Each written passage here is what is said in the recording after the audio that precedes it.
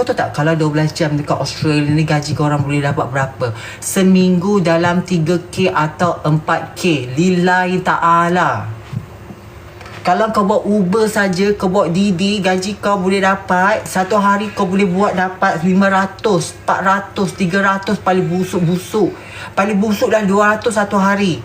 Kalau kau buat dalam, contoh satu hari kau boleh buat Uber, Didi, $500. $500. Seminggu dah berapa? Kira lah seminggu berapa.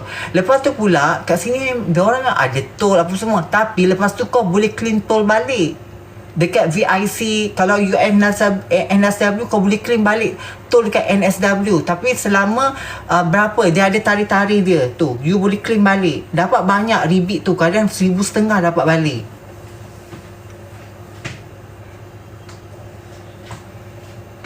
Banyak untung. Cuma dia macam ni lifestyle dekat mana-mana luar negara depends macam mana kita punya lifestyle kita. Tapi kalau kau jenis orang jenis masak, kalau kau masak masak lauk, lepas tu kau simpan dalam peti air untuk seminggu, orang kata makanan prep tu, kau lagi berjimat banyak, bukan sikit, berjimat banyak. Tapi kalau kau makan luar, tengah hari luar, malam luar, memanglah kau tak boleh nak menyimpan. Faham tak? Dia rajin ni bukan rajin terlalu banyak kerja. Dia rajin ni kalau kau tahu macam mana nak berjimat. Berjimat ni pun adalah salah satu sifat rajin. Faham? Ingat tu.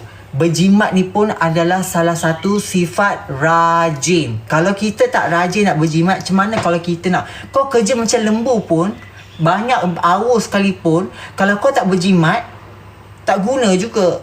Dia kena berjimat ni start daripada kita tahu macam mana nak manage time kita, macam mana kita nak manage kewangan kita. That's it. Faham? Bukan bermakna kau kerja banyak kau rasa kau boleh kaya, tapi kalau lifetime kau tu asyik semuanya makan luar, asyik-asyik nak OTD, asyik-asyik ni, macam mana kau kena manage kau punya, how to manage. Kalau kau kata, oh mahal lah bayar rental, habis tu kau nak duduk mana? Kau nak duduk kat celah kaki tu? Hidup memang kena bayar, sebab gaji kau pun bayar setiap minggu. So it's nothing wrong if you want to pay like 400 living in the city. I think it's a fabulous. It's a very slay mama slay. You're not living in the very far suburb. Kau bukan, engkau kerja dekat Kuala Lumpur, dekat KL, wilayah Persekutuan Kuala Lumpur. Tiba-tiba kau nak duduk dekat Semenyih. Minyak kau memanglah murah kalau kau duduk kat Semenyih tu. Kau punya rental tu sebulan 250. Minyak kau lagi kau tak kira. Kau nak berdepan dengan jam lagi, kau tak kira masa.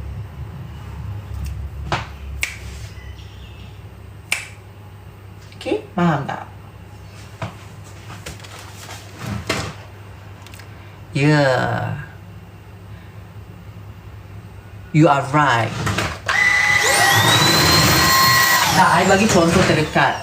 To be honest, a 5 year, past 5 year, that is what I'm living in Malaysia. I don't know right now. After 5 year now, so everything is changed. I believe that the highway, maybe they have a alternative for the train, and I don't know, because I'm already moved from Malaysia. It's a past year. The past year. Atuk angin dah marah dah. Dah terjatuh mak moyang itu dah. Mungkinlah sekarang ni dah banyak alternatif jalan nak pergi ke bandar, macam mana, betul tak?